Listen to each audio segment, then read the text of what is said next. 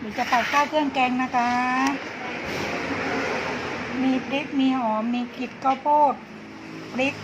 ใบมะกรูด มีปลาหมึกกับกุ้งนะคะ เดี๋ยวเรามาทำข้าวเครื่องแกงกินกันโหระพาค่ะพริกแกงนะคะ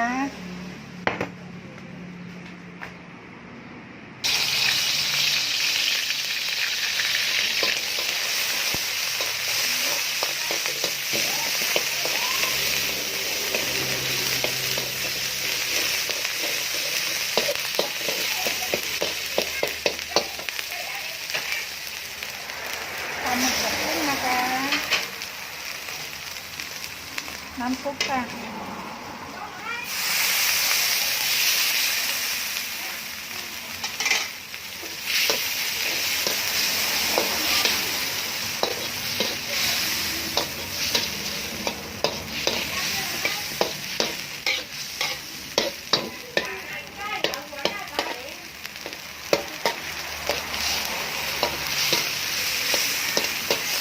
ผักลงไปแล้วนะคะ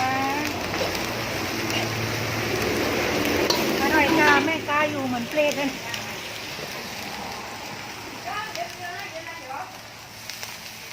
น้ำปรุงน้ำปลาน้ำตาลนะคะ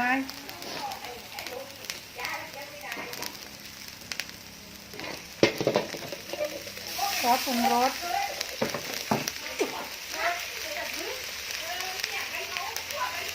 น้ำมันหอยนะคะ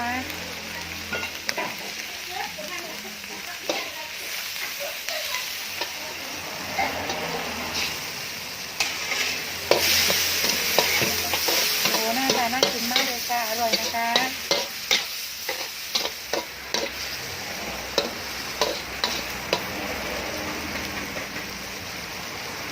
โหระพานะคะ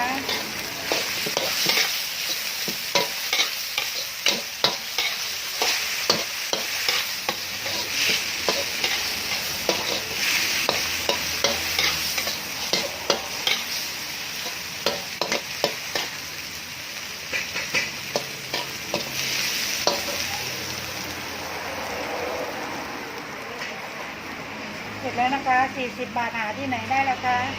อร่อยด้วยนะคะ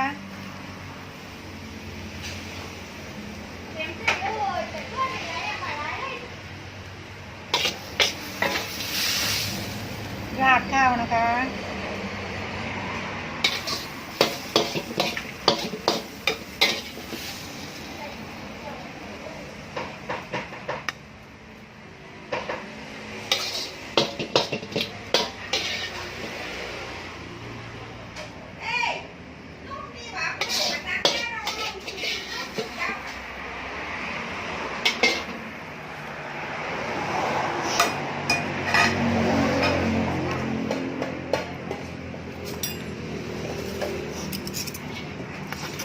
เสร็จแล้วนะคะข้าวราดเครื่องแกง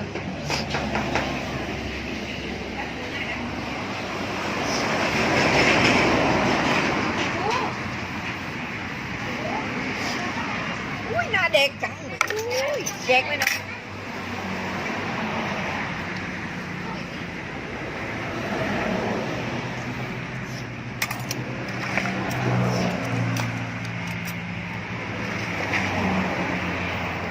สวยนะคะ